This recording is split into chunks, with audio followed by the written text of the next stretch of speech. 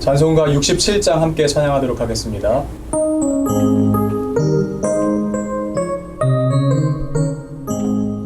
영광의 왕께 다 경배하며 그 크신 사랑을 찬송하라. 예부터 영원히 창왕되시니 그 영광의 주를 다 찬송하라. 능력과 은혜 다 찬송하라. 그 옷은 햇빛 그 집은 궁창 그 노래 소리로 주도하시고 폭풍의 날개로 달려가신다. 저 아름답고 놀라운 일 가득한 이 땅 다 주의 조화 그 힘찬 명령에 더 잡히나니 저 푸른 바다는 곧 자랑이라.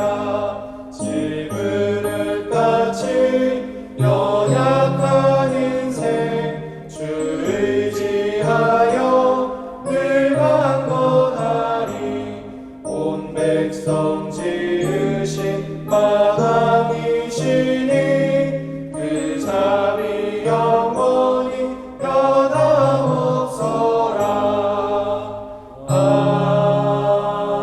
아멘.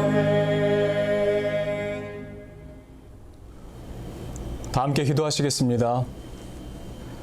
하나님 아버지, 우리를 늘 사랑해 주시고 예수 그리스도의 그 은혜로 말미암아 우리가 오늘 또 하루를 살아낼 수 있는 힘과 은혜를 주셔서 감사합니다.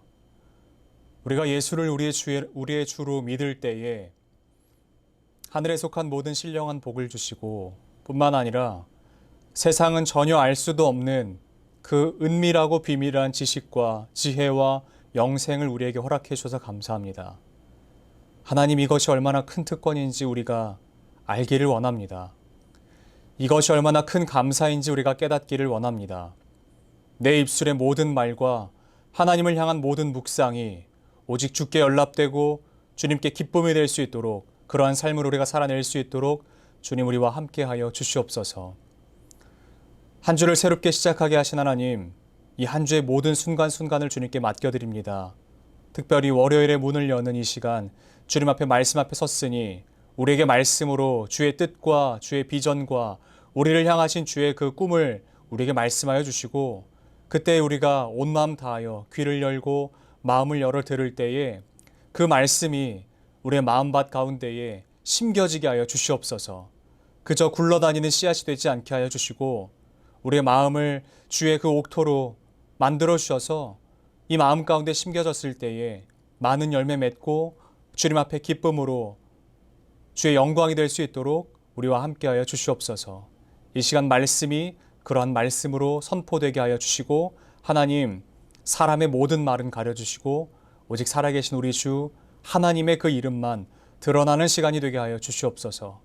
함께하시고 역사하실 주님을 믿고 감사드리며 살아계신 우리 주 예수 그리스도 이름으로 기도드립니다. 아멘. 오늘 우리에게 주신 하나님의 말씀은 시편 133편 1절부터 시편 135편 14절까지의 말씀입니다. 보라, 형제가 연합하여 동거함이 어찌 그리 선하고 아름다운고, 머리에 있는 보배로운 기름이 수염 곧 아론의 수염에 흘러서 그의 옷깃까지 내림 같고, 헐몬의 이슬이 시온의 산들에 내림 같도다. 거기서 여호와께서 복을 명령하셨나니 곧 영생이로다. 보라, 밤에 여호와의 성전에 서 있는 여호와의 모든 종들아, 여호와를 송축하라. 성소를 향하여 너희 손을 들고 여호와를 송축하라. 천지를 지으신 여호와께서 시온에서 내게 복을 주실지어다. 할렐루야. 여호와의 이름을 찬송하라. 여호와의 종들아 찬송하라. 여호와의 집, 우리 여호와의 성전, 곧 우리 하나님의 성전들에 서 있는 너희여, 여호와를 찬송하라. 여호와는 선하시며 그의 이름이 아름다우니 그의 이름을 찬양하라. 여호와께서 자기를 위하여 야곱 곧 이스라엘을 자기의 특별한 소유로 택하셨음이로다. 내가 알거니와 여호와께서는 위대하시며 우리 주는 모든 신들보다 위대하시도다. 여호와께서 그가 기뻐하시는 모든 일을 천지와 바다와 모든 깊은 데서 다 행하셨도다. 안개를 땅 끝에서 일으키시며 비를 위하여 번개를 만드시며 바람을 그 곳간에서 내시는도다. 그가 애굽에 처음 난 자를 사람부터 짐승까지 치셨도다. 애굽이여, 여호와께서 내게 행한 표적들과 징조들을 바로와 그의 모든 신하들에게 보내셨도다. 그가 많은 나라를 치시고 강한 왕들을 죽이셨나니 곧 아모리인의 왕 시온과 바산 왕 옥과 가나안의 모든 국왕이로다. 그들의 땅을 기업으로 주시되 자기 백성 이스라엘에게 기업으로 주셨도다. 여호와여, 주의 이름이 영원하시니이다. 여호와여, 주를 기념함이 대대에 이르리이다. 여호와께서 자기 백성을 판단하시며 그의 종들로 말미암아 위로를 받으시리로다. 아멘. 저는 오늘 이 말씀 중에서 특별히 시편 135편 1절부터 14절 말씀으로 여호와의 이름을 찬송하라 라고 하는 제목으로 잠시 말씀을 증거하도록 하겠습니다. 시편 135편은 이스라엘의 역사를 다루고 있는 시로 구성되어 있는 편입니다. 그러니까 이 본문을 읽기만 해도 이스라엘에서 역사하신 하나님이 어떠한 하나님이셨는지 알 수 있게 되는 것입니다. 특별히 1절부터 4절까지는요, 하나님과 이스라엘의 관계에 대해서 설명할 수 있고 그것에 대해서 우리가 알아볼 수 있는 것입니다. 135편의 문을 여는 1절은 힘있는 선포로 시작합니다. 여호와의 이름을 찬송하라 라고 하는 선포로 시작한다는 것이죠. 이 이야기를 들으면 우리에겐 하나님의 이름을 찬송하는 것이 무엇인지 구체적으로 와닿지 않을 수 있습니다. 그러나 이스라엘 백성들은 여호와의 이름이 무엇을 뜻하는지 바로 알 수 있습니다. 영광이라는 말이 있죠. 이 영광이라는 말이 무슨 뜻인지 여러분들 아십니까? 하나님 여호와의 그 영광을 찬양하라, 하나님의 그 영광을 찬양하라, 높여드려라 라고 할 때의 그 영광 말입니다. 사전적인 의미로는요, 신령스럽고 성스러운 빛이라고 기록되어 있고 왕의 은덕을 비유적으로 이르는 말이라고 합니다. 헬라어로는 이 말을 독사라고 하고요, 히브리어로는요 카봇이라고 하는 단어로 말하고 있습니다. 이 말의 뜻 안에는 무게 혹은 체중이라는 뜻이 있어서 영광은 실체가 있는 어떠한 것을 이야기할 때 그렇게 이야기합니다. 그런데 사전적 정의도 중요합니다. 그리고 히브리어 헬라어의 원어도 중요합니다.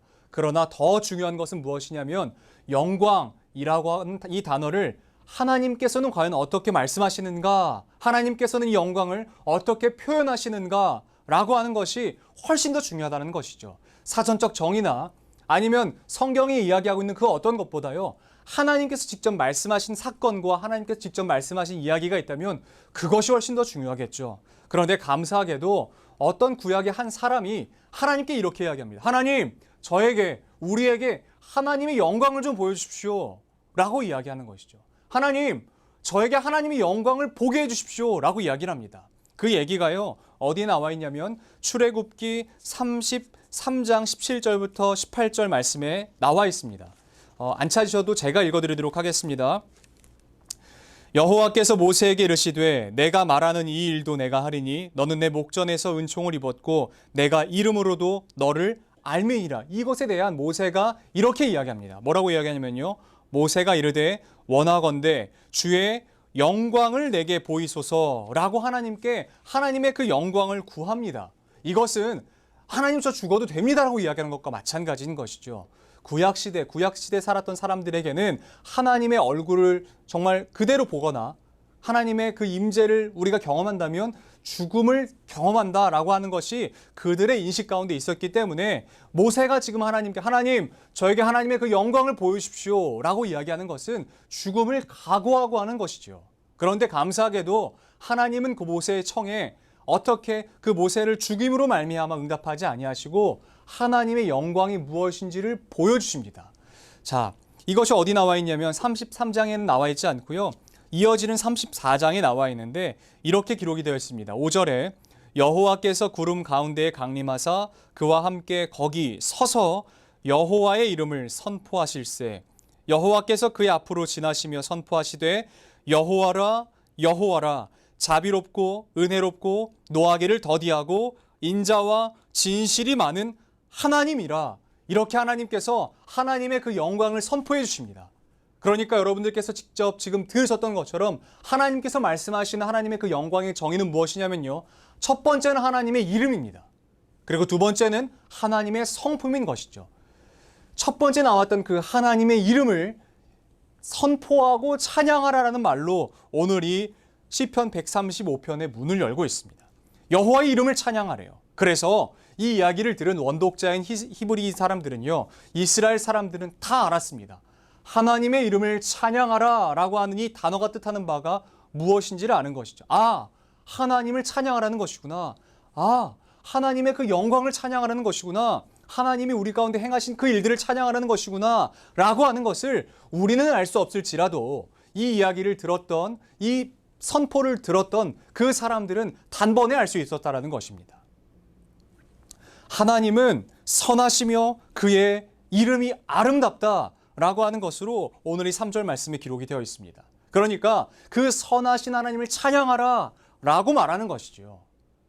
이 시편 135편의 기자가 그렇게 이야기하는 것입니다. 하나님 찬양받으시기에 합당하시다 라고 이야기하고 있습니다. 그리고 이어지는 4절에서는요, 하나님과 이스라엘의 그 관계를 이야기하는 것입니다.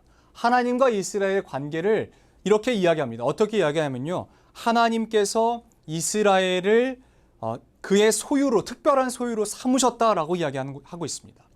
여기서 말하고 있는 이 소유의 개념의 원어적 개념을 그대로 살펴보자면요, 어떤 뜻이 있냐면 이런 뜻이 있습니다. 그 재산이라고 하는 뜻이 있는 것이죠. 단순히 내가 갖고 있는 어떤 소유가 아니라 재산을 뜻하는데요, 이것은 공동적인 개념에서의 재산이 아닙니다. 오직 나만이 갖는 개인적인 재산을 이야기하는 단어가 바로 오늘 우리가 보고 있는 이 소유라고 하는 것이죠. 하나님께서 이스라엘 백성을요, 오직 당신의 소유로 삼으셨다는 것입니다.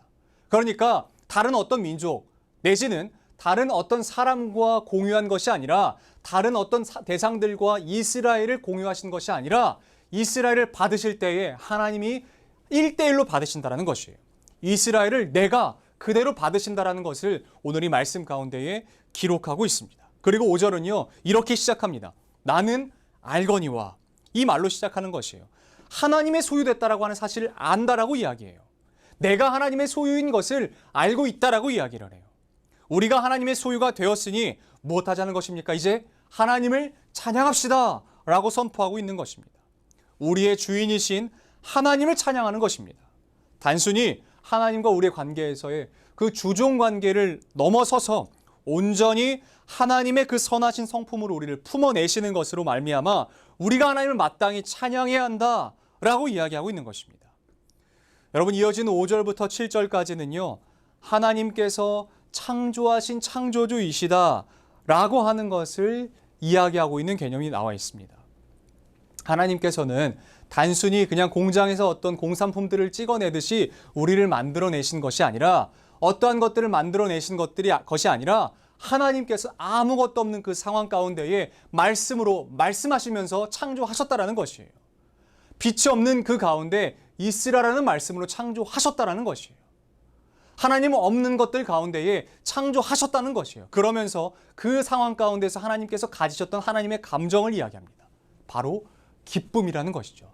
이 기쁨을 드러냄으로 말미암아 이스라엘 모든 백성들이 하나님으로부터 창조되었다라고 하는 것을 선포하고 있는 것입니다. 여러분, 우리는 창조되었습니다. 그러므로 단순히 이스라엘 백성들만 하나님을 찬양할 것이 아니라 하나님께 창조된 우리, 창조받은 우리, 하나님으로부터 만들어진 우리가 하나님을 찬양해야 하는 것은 마땅히 우리에게도 요구되는 바라고 하는 것을 우리가 알 수 있다라고 하는 것입니다. 하나님은 창조주로서 마땅히 찬양받으시기에 합당하십니다. 모든 온 만물을 창조하신 창조주로서 하나님은 우리의 찬양을 받으시기에 합당하십니다. 새들과 꽃들과 모든 것들로부터, 온 만물로부터 하나님은 찬양받으시기에 합당하십니다. 우리 주 하나님은 창조주로서 마땅히 찬양받으시기에 합당하신 분이십니다. 이어서 8절부터 9절은 출애굽시키신 하나님을 이야기하고 있습니다.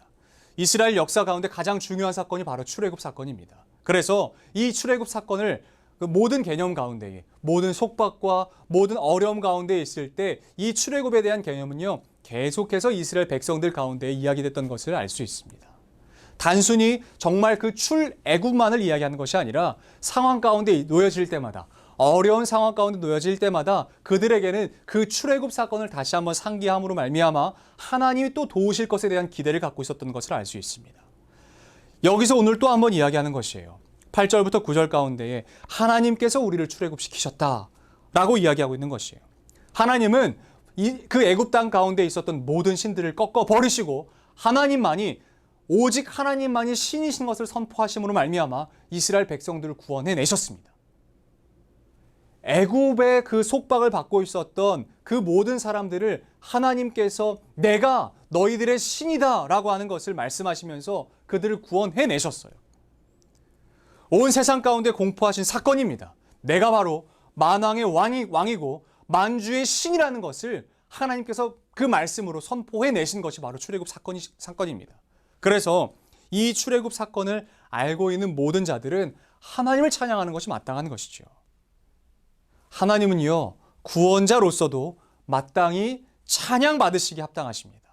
하나님은 구원자로서도 우리의 찬양을 받으시기에 합당하신 분이시라는 것이에요. 또 이어서 10절에서는 어떤 개념을 가지고 있는지 보십시오. 10절에서는요, 가나안 정복을 이야기하는 것입니다. 여호수아와 갈렙을 제외한 10명의 정탐꾼들은요, 그곳에 들어갈 수 없다라고 이야기를 해요. 그들 앞에서 우리는 메뚜기와 같다라고 이야기를 해요. 절대 들어갈 수 없다라고 이야기해요. 결코 들어갈 수 없다라고 이야기해요. 맞습니다. 들어갈 수 없죠. 우리가 바라볼 땐 들어갈 수 없는 것이 맞습니다. 그런데 우리가 행하는 건 너머에서 우리를 통해서 하나님이 일하신 것을 발견한다면 갈 수 있다라고 이야기하는 것이죠. 오늘 이 개념을 이 시편 135편의 기자가 그렇게 가져가서 이야기하는 것이에요. 우리가 가나안에 어떻게 들어갔는지 한번 생각해 보라. 우리가 들어갈 수 있는 중에 들어간 것이 아니라 우리가 할 수 있는 것들 중에 들어간 것이 아니다라고 이야기하는 것이에요. 여러분 한번 생각해 보십시오. 이스라엘 백성들이 원래 무엇 하던 사람들이었나요? 출애굽하던 당시에 이스라엘 백성들이 원래 어떤 것 하던 사람들이었나요? 벽돌 굽던 사람들입니다. 벽돌 나르던 사람들입니다. 벽돌 가지고 건물 짓던 사람들입니다.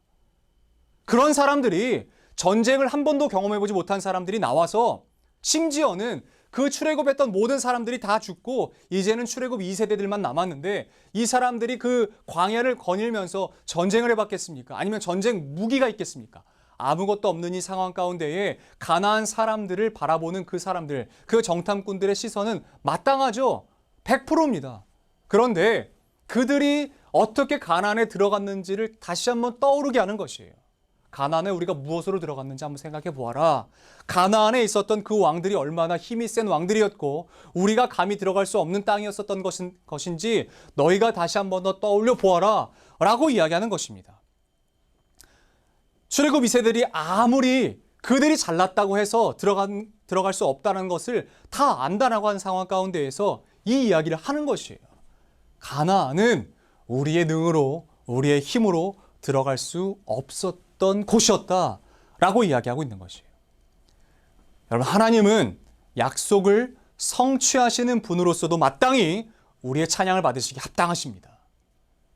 하나님은 우리와 맺으신 그 언약을 이루어내시는 그 땅으로 돌아오게 하겠다라고 말씀하신 그 언약을 끝끝내 이루어내시는 그 하나님은 약속을 성취하시는 하나님으로서도 우리의 찬양과 우리의 경배를 받으시기에 합당하신 분이십니다.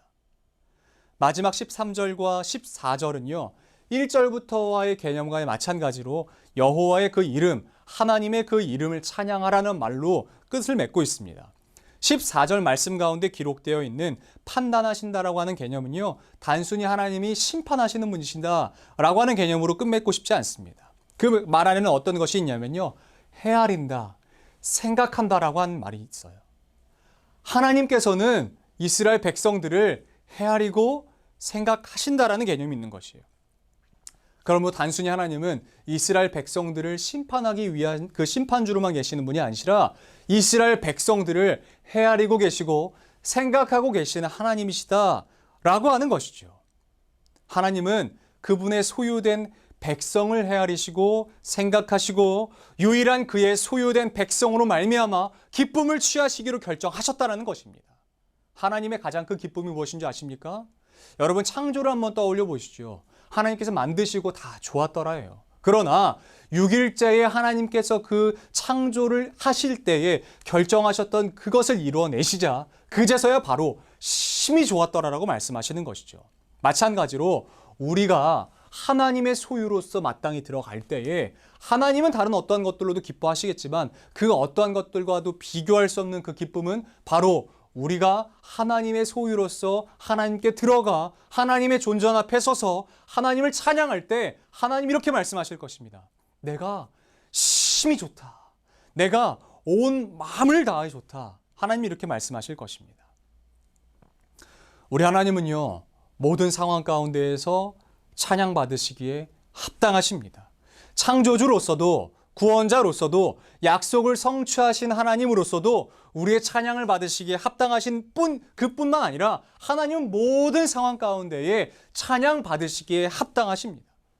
오늘 사랑하는 수유제일교회 성도님들의 삶 가운데에요, 하나님 찬양하는 그 찬양이 넘쳐났으면 좋겠어요. 그런데 어떤 성도님들은 이렇게 말씀하실지도 몰라요. 난 참 노래 못하는데, 나는 음치고 박치고 그래서 하나님 찬양 못하는데, 이렇게 생각하시는 분들이 계실지 모르겠습니다.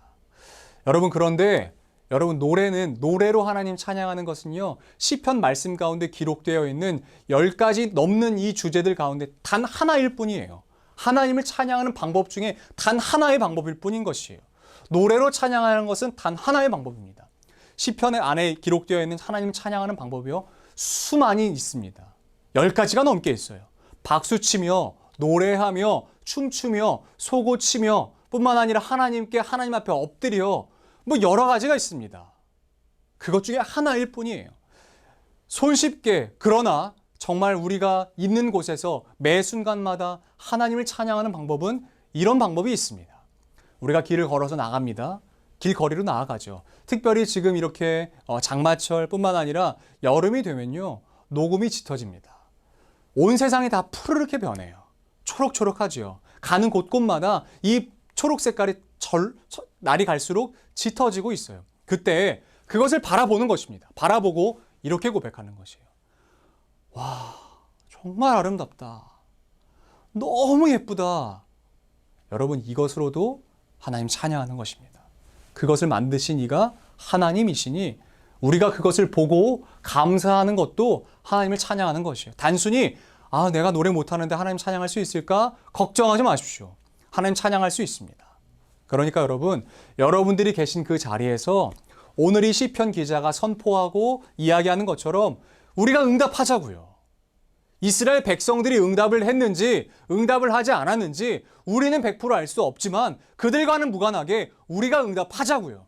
어떻게 해요? 있는 그 자리에서 하나님을 찬양하는 것입니다. 여호와께서 행하신 것들을 찬양하고 여호와께서 이루신 것들을 찬양하고 우리를 모든 죄 가운데서 구원해내신 것을 찬양하고 오늘 우리의 하루의 삶 가운데에 오늘이라고 하는 이 삶을 선물해 주신 것을 찬양하자고요. 어떻게 해요? 노래로 하실 수 있는 분들은 노래로, 그저 감사합니다 라고 하는 이 말씀으로 감사하실 분들은 감사로, 글을 잘 쓰시는 분들은 어떠한 시를 쓰심으로 여러 방면으로 여러 가지로 우리에게 주신 은사와 우리에게 주신 그 달란트대로 우리가 하나님을 찬양할 수 있습니다. 그러니 여러분 찬양할 수 없다라고 단언하지 마시고 여러분들이 계신 그 자리에서 여러분들에게 주신 그 은사대로 여러분 하나님을 찬양하기 시작합시다. 하나님을 높여 드립시다. 하나님께서 우리의 삶을 구원해내셨고 창조하셨고 우리를 붙잡고 우리와 함께하고 계시는 분이신 것을 믿습니다. 그리고 그 약속을 성취하실 분이신 것을 우리가 믿습니다. 중요한 것은 내 입술의 모든 말과 우리의 마음에 있는 모든 묵상이 하나님을 향한 그 찬양으로 바뀌었으면 좋겠어요. 입버릇처럼 죽겠다 하시는 분들이 계시지요. 그 삶에서 이제는 벗어나서 매 순간마다 우리의 입을 통해서 나오는 그 모든 말들이 하나님을 향한 찬양이었으면 좋겠어요. 우리의 입술을 통해서 나오는 모든 고백들이 하나님을 향한 감사였으면 좋겠습니다. 그렇게 했을 때 하나님 그렇게 말씀하실 거예요. 4절 말씀 가운데 기록이 되어 있고요. 그 4절 말미에 특별한 소유로 우리를 택하셨다라고 하는 그 말씀 뿐만 아니라 14절이요. 마지막 말미에 위로를 받으시리로다. 우리를 통해서 하나님 기뻐하실 것입니다. 우리가 하나님을 찬양할 때에, 우리가 하나님을 기뻐할 때에, 우리가 하나님께서 우리의 삶 가운데 행하신 모든 것들로 말미암아 감사할 때, 그리고 더 나아가서는요, 하나님 그 존재 자체로 우리가 감사할 때에 오늘 이 삶에 저와 여러분들이 정말 기쁨을 다해서, 힘을 다해서, 아니요, 힘에 넘치도록 도전하셨으면 좋겠습니다. 오늘 하루의 삶 가운데에 하나님 전심으로 찬양하시는 저와 여러분들이 되었으면 좋겠습니다.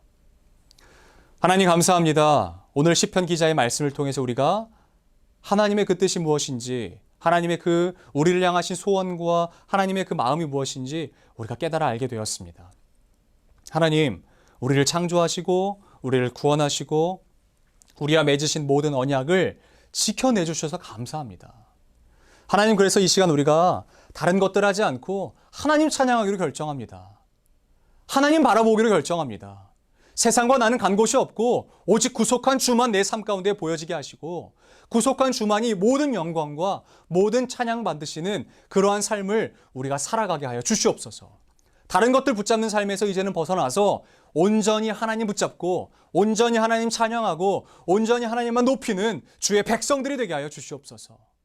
주님을 그렇게 기쁨으로 찬양하며 하나님 내 삶 가운데 베푸신 주의 은혜로 말미암아 내가 있는 그 자리에서 내게 베푸신 그 달란트대로 감사로, 노래로, 시로, 몸짓으로 하나님께 찬양할 수 있는 우리가 되게 하여 주시옵소서.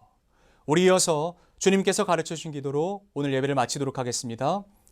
하늘에 계신 우리 아버지, 아버지의 이름을 거룩하게 하시며 아버지의 나라가 오게 하시며 아버지의 뜻이 하늘에서와 같이 땅에서도 이루어지게 하소서. 오늘 우리에게 일용할 양식을 주시고 우리가 우리에게 잘못한 사람을 용서하여 준 것 같이 우리의 죄를 용서하여 주시고 우리를 시험에 빠지지 않게 하시고 악에서 구하소서. 나라와 권능과 영광이 영원히 아버지의 것입니다. 아멘.